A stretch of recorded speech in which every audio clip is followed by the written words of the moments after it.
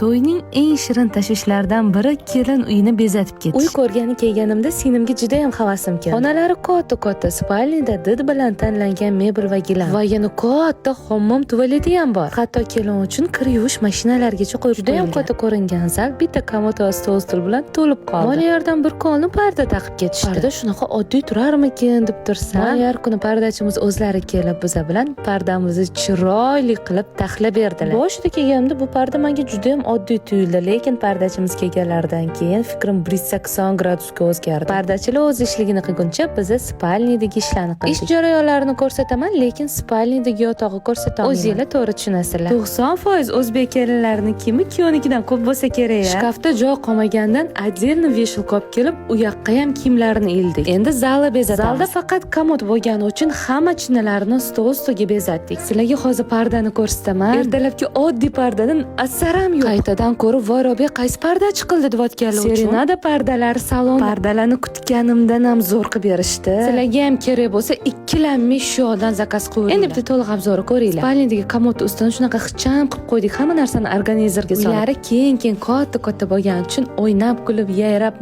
mazza qilib moliya oydik. Oxirida buvim bilan onam kelib qolishdi, bizani chiroyli duo qilib ketishdi. Agar videoni oxirigacha ko'rgan bo'lsangiz, storiesdan ko'rishni ham unutmanglar. Agar menga podpiska bo'lmagan bo'lsangiz, juda ham qattiq xafa bo'laman.